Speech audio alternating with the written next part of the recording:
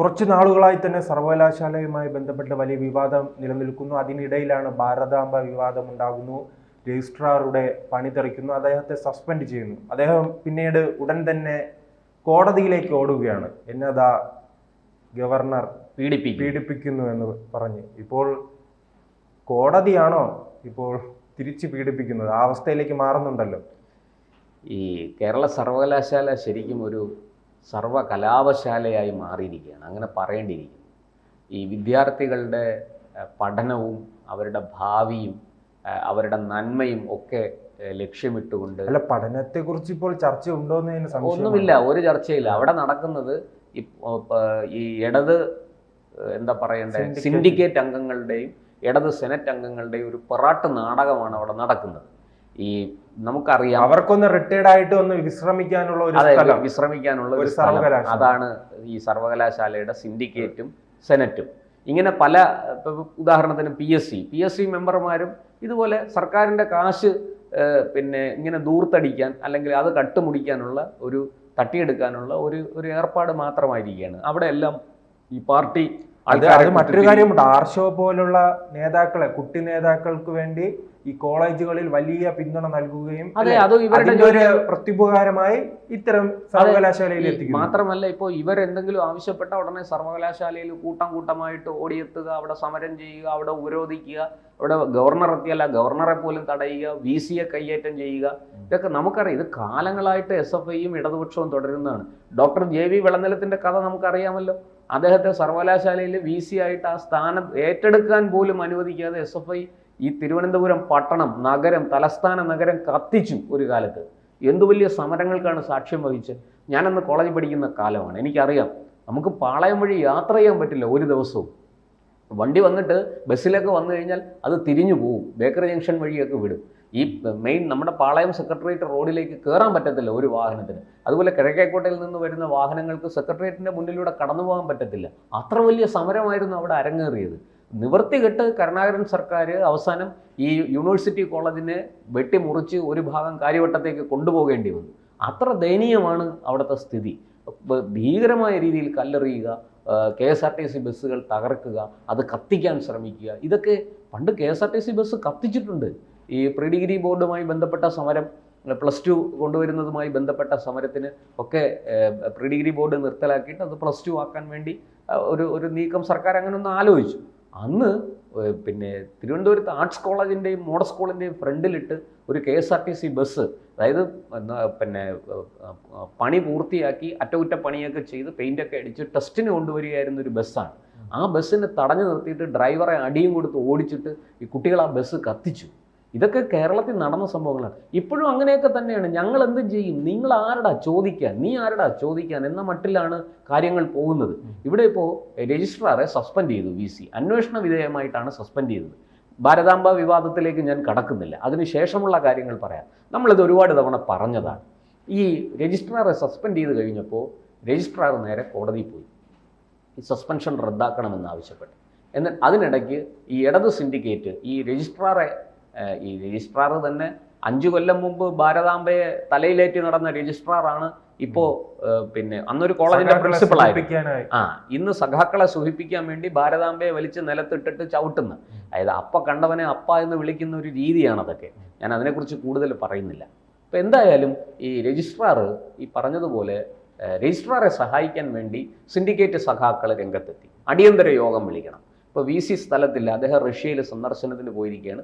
താൽക്കാലിക ചുമതലയായിട്ട് നമ്മുടെ doctor Ciza Thomas, സാങ്കേതിക സർവകലാശാലയുടെ VC ആണ്, അവർക്ക് ഗവർണർ താൽക്കാലിക ചുമതല കൊടുത്തു.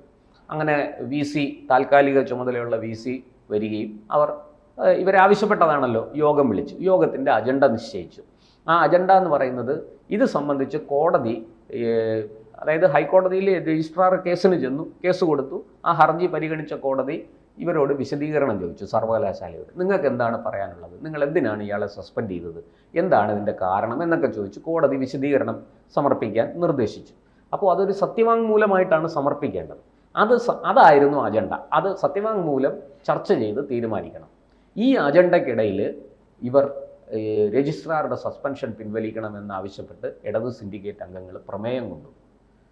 VC പറഞ്ഞു അത് പറ്റില്ല, നിയമം അനുസരിച്ച് അജണ്ട ഇതാണ്, ഈ അജണ്ടയ്ക്ക് പുറത്തുള്ള കാര്യങ്ങൾ ചർച്ച ചെയ്യാൻ പറ്റില്ല എന്നവർ നിലപാടെടുത്തു. അങ്ങനെ ബഹളമായപ്പോൾ ഇവരെന്ത് ചെയ്തു? യോഗം പിരിച്ചുവിട്ടു. എന്നിട്ട് അവർ അവരുടെ ചേംബറിലേക്ക് മടങ്ങി. ഈ ഇടത് സിൻഡിക്കേറ്റ് അംഗങ്ങളും കോൺഗ്രസ് പ്രതിനിധിയും കൂടി വീണ്ടും യോഗം ചേർന്നു. BJPയുടെ പ്രതിനിധികളും അതിനകത്തുണ്ട്, 2 പേരുണ്ട്, ഡോക്ടർ വിനോദ് കുമാറും ഗോപകുമാറും.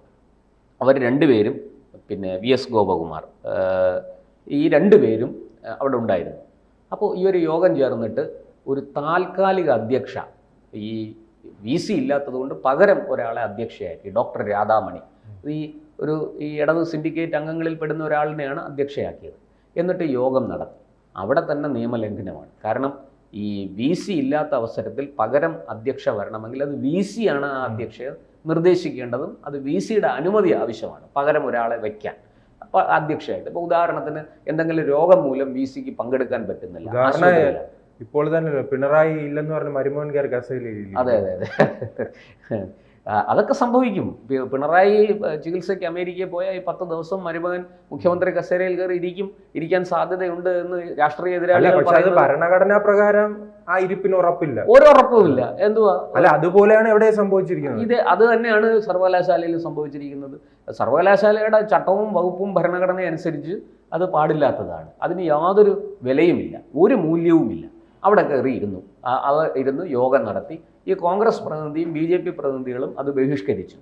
ഇവർ പ്രമേയം പാസ്സാക്കി, ഈ രജിസ്ട്രാറുടെ സസ്പെൻഷൻ പിൻവലിക്കുന്നു. നോക്കൂ, ഇതിനെന്ത് നിയമസാധുതയാണുള്ളത്? കോടതിയിലിരിക്കുന്ന ഒരു കേസ്, ഈ കേസിനെ സംബന്ധിച്ച് ഇവർക്ക് എന്ത് അവകാശവും അധികാരവും ഉണ്ട് ഇതിനകത്ത് ഇടപെടാൻ? പിന്നെ എന്തിനാണ് ഇയാൾ കോടതി പോയത്? ഇയാൾക്ക് കോടതി പോകാതിരിക്കാമായിരുന്നല്ലോ രജിസ്ട്രാർക്ക്. ഇതിപ്പോൾ കോടതി പോയി, കോടതിയിലൊരു നിയമപ്രശ്നം ഉണ്ടാക്കി, അവിടെ നിന്ന് കോടതി അതിൻ്റെ വിശദീകരണം ആവശ്യപ്പെട്ട അടുത്ത ദിവസം ഇന്ന് കേസ് പരിഗണിക്കാനിരിക്കുകയാണ്. അതിനിടയ്ക്ക് ഈ കുത്തിത്തിരിപ്പ് ഉണ്ടാക്കുന്നത് എന്തിനാണ്? അപ്പോൾ ഇത് കേരള ഹൈക്കോടതിയെ അപമാനിക്കുകയാണോ? കേരള ഹൈക്കോടതി എന്ന് പറയുന്നത് ഈ ഇടത് സഖാക്കന്മാർക്ക് തട്ടിക്കളിക്കാനുള്ളതാണോ? കേരളത്തിലെ കോടതികൾ, നമ്മുടെ നിയമവ്യവസ്ഥ എന്ന് പറയുന്നത് എത്ര ഉദാത്തമാണ്. ഇവിടുത്തെ സാധാരണക്കാരൻ, ഈശ്വരൻ കഴിഞ്ഞാൽ പിന്നെ തൊട്ടടുത്ത് കാണുന്നത് കോടതികളെയാണ്. നമുക്ക് ബ്യൂറോക്രസിയിൽ നിന്ന് നമുക്ക് നീതി കിട്ടിയില്ല, നമുക്ക് ഭരിക്കുന്നവരിൽ നിന്ന് നീതി കിട്ടിയില്ല, നമുക്ക് പിന്നെ നീതി കിട്ടാൻ ഒരേ ഒരു ആശ്രയമേ ഉള്ളൂ, അത് കോടതികളാണ്. ഭാരതീയനെ സംബന്ധിച്ചിടത്തോളം കോടതികളെ അവർ പ്രത്യക്ഷ ദൈവമായിട്ടാണ് കാണുന്നത്. അങ്ങനെയുള്ള കോടതികളെ അപമാനിക്കാൻ ഈ ഇടത് സഖാക്കൾക്ക് ആരധികാരം കൊടുത്തു? അവർക്ക് ഇന്നും ഇന്നലെയുമല്ല, EMSന്റെ കാലം തൊട്ട് തുടങ്ങിയതാണ് ഈ പണി. EMS കോടതി അലക്ഷ്യത്തിന് ശിക്ഷിക്കപ്പെട്ട ആളാണ്. നമുക്കതാ ഈ രാജ്യത്തെ അതിനെ അല്ലേ നമ്മുടെ ജയരാജനുണ്ടല്ലോ, ശുംഭൻ. അതെ, ഞാൻ അതിലേക്ക് പോകുന്നില്ല. അല്ല, EMSുമായിട്ട് അല്ല, ഈ CPM നേതാക്കളുടെ DNA-യിൽ തന്നെ ഇതുണ്ട്. ഈ DNA-യിൽ തന്നെ അതുണ്ട്. അതായത് കോടതിയെ ഭള്ളു പറയുക, കോടതിയെ ചീത്ത പറയുക, കോടതിയെ അപമാനിക്കുക, കോടതി വിധികളെ ചോദ്യം ചെയ്യുക, അവർക്കെതിരായാൽ അതിനെ ബൂർഷ്വാ കോടതി എന്ന് പറഞ്ഞ് അപമാനിക്കാൻ ശ്രമിക്കുക. ഇങ്ങനത്തെ ഒരുപാട് കാര്യങ്ങൾ ഈ ഇടത് സഖാക്കൾ ചെയ്തിട്ടുണ്ട്. അതിന്നും അവർ തുടരുകയാണ്. അവസരം കിട്ടിയാൽ അവർ കോടതിയെ കയറി ആക്രമിക്കാൻ പോലും മടിക്കില്ല എന്നാണ് ചിലപ്പോൾ നമ്മളൊക്കെ ഭയപ്പെടുന്നത്. അത്തരത്തിൽ ഈ പറഞ്ഞതുപോലെ ഇപ്പോൾ ഇടത് സിൻഡിക്കേറ്റ് അംഗങ്ങളെല്ലാം കൂടി ചേർന്ന് ഇങ്ങനെ അങ്ങ് തീരുമാനിച്ച് ഇയാളുടെ രജിസ്ട്രാറുടെ സസ്പെൻഷനും പിൻവലിച്ചതായിട്ട് പ്രമേയം പാസ്സാക്കി. പിന്നെ എന്തിനാണ് ഈ കോടതി ഇവിടെ ഉള്ളത്? അപ്പോൾ ഇന്ന് കോടതി കേസ് പരിഗണിക്കുമ്പോൾ എന്തായിരിക്കും സംഭവിക്കാൻ പോകുന്നതെന്ന് നമുക്കൊക്കെ ഒരു ഊഹമുണ്ട്. കോടതി ഇത് തൂക്കിയെടുത്ത് ദൂരെ എറിയും ഈ ഇടത് സിൻഡിക്കേറ്റിൻ്റെ ഈ പ്രമേയത്തെ. ഞാൻ അങ്ങനെയാണ് കരുതുന്നത്. കാരണം കോടതി ഒരു കേസ് പരിഗണിച്ചുകൊണ്ടിരിക്കുകയാണ്, അതും ഹൈക്കോടതിയാണ്, ഒരു സാധാരണ കോടതിയല്ല. ഹൈക്കോടതി, ഇവർക്ക് ജുഡീഷ്യൽ പവർ ഉണ്ടോ? ഈ ഇടത് സിൻഡിക്കേറ്റ് അംഗങ്ങൾക്ക് ഈ പറയുന്ന ജുഡീഷ്യൽ പവർ ഉണ്ടോ? അവരാണോ ഈ രാജ്യത്തെ നിയമം വ്യാഖ്യാനിക്കുന്നത്? അവരാണോ നിയമലംഘനം കണ്ടെത്തി വിധി പറയാനുള്ളത്? അതിനല്ലേ നമ്മൾ കോടതികളെ വെച്ചിരിക്കുന്നത്? ഈ രാജ്യത്തെ ഭരണഘടന കോടതികൾക്ക് വലിയ പ്രാധാന്യം കൊടുത്ത് ഈ ജനാധിപത്യത്തിൻ്റെ 4 തൂണുകളിൽ ഒന്നാക്കി വെച്ചിരിക്കുന്നത് വെറുതെ കാണാനാണോ, കാഴ്ചയ്ക്കാണോ? അപ്പോൾ ഇടത് സഖാക്കൾക്ക് എന്തും ചെയ്യാം, ആരും ചോദിക്കാനില്ല. ഇപ്പോൾ ഇന്ന് കോടതിയിൽ എന്താണ് പറയാൻ പോകുന്നതെന്ന് നമുക്ക് നോക്കാം. എന്തായാലും രജിസ്ട്രാർക്ക് പണി പാലും വെള്ളത്തിൽ കിട്ടിയത് 8ൻ്റെ പണിയുമാണ്. ഈ സിസ തോമസ് വളരെ കൃത്യമായിട്ട് സത്യവാങ്മൂലം അവിടെ സമർപ്പിച്ചിട്ടുണ്ടാകും. ആ സത്യവാങ്മൂലം എങ്ങനെയാണ് കോടതി പരിഗണിക്കാൻ പോകുന്നത്? ഇപ്പോൾ ഇന്ന് ഏറ്റവും ഒടുവിൽ കേട്ടത് രജിസ്ട്രാർ ഹർജി പിൻവലിക്കുമെന്നാണ്. അങ്ങനെ തോന്നുമ്പോൾ ഹർജി കൊടുക്കാനും തോന്നുമ്പം പിൻവലിക്കാനും ഇതെന്താ വെള്ളരിക്കപ്പെട്ടണോ? കുട്ടിക്കളിയാണോ? ഹൈക്കോടതിയല്ലേ? ഹൈക്കോടതിയിൽ ചെന്ന് തോന്നുമ്പോൾ ഒരു ഹർജി കൊടുക്കുക, കോടതി അത് പരിഗണിച്ച് അതിൻ്റെ വിശദാംശങ്ങളിലേക്ക് കടക്കുമ്പോൾ ആ ഹർജി പിൻവലിക്കുക.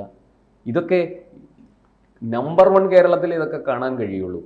അല്ലാതെ ഇത് മറ്റൊരു സംസ്ഥാനത്തിലും ഇതൊന്നും കാണാൻ കഴിയില്ല. കാണാൻ കഴിയുമെന്ന് എനിക്ക് തോന്നുന്നില്ല. നിയമവാഴ്ചയോട് മറ്റെല്ലാ സംസ്ഥാനങ്ങൾക്കും മറ്റെല്ലാ രാഷ്ട്രീയ പാർട്ടികൾക്കും വലിയ ബഹുമാനമുണ്ട്. പക്ഷേ ഇടതു സഖാക്കൾക്ക് അതുണ്ടോ എന്ന് നമ്മൾ സംശയിക്കേണ്ടിയിരിക്കുന്നു. ഇത്തരത്തിൽ മുന്നോട്ട് പോവുകയാണെങ്കിൽ ഈ കേരളത്തിൽ ഇപ്പോൾ തന്നെ നിയമവാഴ്ച സമ്പൂർണ്ണമായിട്ടും തകർന്നിരിക്കുകയാണ്. ക്രമസമാധാന നില തകർന്നിരിക്കുകയാണ്. എല്ലാ മേഖലയിലും പരാജയപ്പെട്ട ഒരവസ്ഥയാണ് കേരളത്തിനുള്ളത്. നമ്മൾ രാഷ്ട്രീയമല്ല പറയുന്നത്, രാഷ്ട്രീയം വേറെ. നമുക്കിവിടെ രാഷ്ട്രീയം പറഞ്ഞ് ഒന്നും നേടാനൊന്നുമില്ല. നമ്മൾ മാധ്യമപ്രവർത്തകരെങ്കിലും ഈ സത്യം വിളിച്ചു പറയണം. ഇത് ജനങ്ങൾ അറിയേണ്ടതാണ്. അതുകൊണ്ടാണ് നമ്മൾ ഇതൊക്കെ പറയുന്നത്. കൂടുതൽ വാർത്തകളും വിശേഷങ്ങളും നിങ്ങളിലേക്ക് എത്താൻ ABC മലയാളം സബ്സ്ക്രൈബ് ചെയ്യുക, ബെൽ ബട്ടണും അമർത്തുക.